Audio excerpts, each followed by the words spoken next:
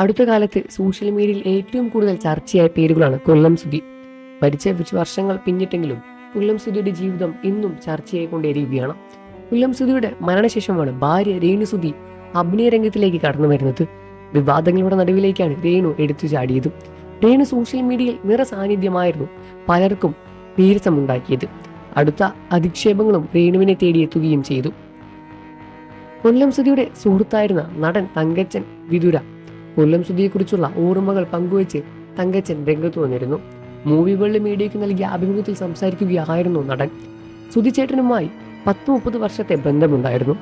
ഇന്നും ഇന്നലെയുമായുള്ള ബന്ധമൊന്നുമല്ല. ആർട്ടിസ്റ്റ് എന്നതിലുപരി എൻ്റെ ജ്യേഷ്ഠ സഹോദരനെ പോലെയായിരുന്നു ഞാൻ കണ്ടത്. പ്രോഗ്രാം കഴിഞ്ഞ് കാപ്പി കുടിക്കാൻ ഞങ്ങൾ വരുന്നതും ഒരു സ്ഥലത്ത് തന്നെ ആയിരിക്കും.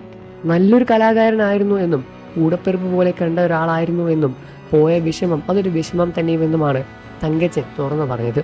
പഴയ എപ്പിസോഡുകളൊക്കെ കാണുമ്പോൾ വിഷമമാണ്. മരിച്ച വിവരം വെളുപ്പിനെയാണ് അറിഞ്ഞത്. രേണു സുധി അവരുടെ ഇഷ്ടപ്രകാരം ജീവിച്ചോട്ടെ എന്നും തങ്കച്ചൻ പറയുന്നു. ആരും 250 വയസ്സ് പറ്റിയൊന്നും ജീവിക്കാൻ പോകുന്നില്ല. അവർക്ക് ഇഷ്ടപ്പെടുന്ന രീതിയിൽ സന്തോഷം തരുന്ന മേഖലയിൽ ജീവിക്കുന്നതിൽ എന്താണ് തെറ്റ് എന്നും തങ്കച്ചൻ ചോദിച്ചു. സുധിയുമായി ബന്ധപ്പെട്ട പഴയ കാര്യങ്ങളെക്കുറിച്ചൊന്നും സംസാരിക്കാൻ നടൻ തയ്യാറുമായില്ല. നേരത്തെ നടൻ ധർമ്മജൻ ബോൾഗാട്ടിയും കൊല്ലം സുധിയെക്കുറിച്ച് സംസാരിച്ചിട്ടുണ്ടായിരുന്നു.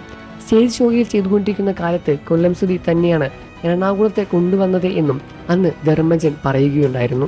അപ്പോൾ അവൻ എൻ്റെ വീട്ടിൽ വരും. പോകാൻ നേരത്ത് ഏട്ടാ എനിക്കൊരു 250 വേണം എന്നൊക്കെ പറയും. എൻ്റെ കയ്യിലും പൈസ ഉണ്ടാകാറില്ല, എങ്കിലും ഞാൻ സഹായിക്കുമായിരുന്നു. എറണാകുളത്ത് സുധിക്ക് പരിചയമുള്ള വീട് എൻ്റേതായിരുന്നു.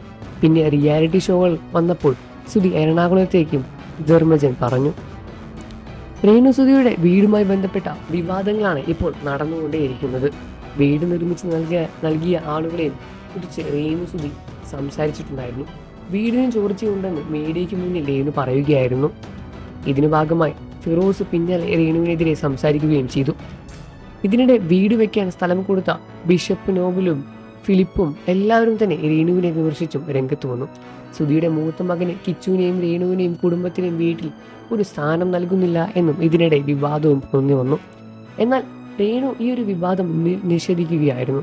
കിച്ചു കൊല്ലത്ത് നിന്ന് പഠിക്കുകയാണ് എന്നും അതുകൊണ്ടാണ് വീട്ടിലേക്ക് വരാത്തത് എന്നും വീട് കിച്ചുവിൻ്റെ കൂടിയാണ് എന്നുമാണ് രേണു സുധി വ്യക്തമാക്കിയത്.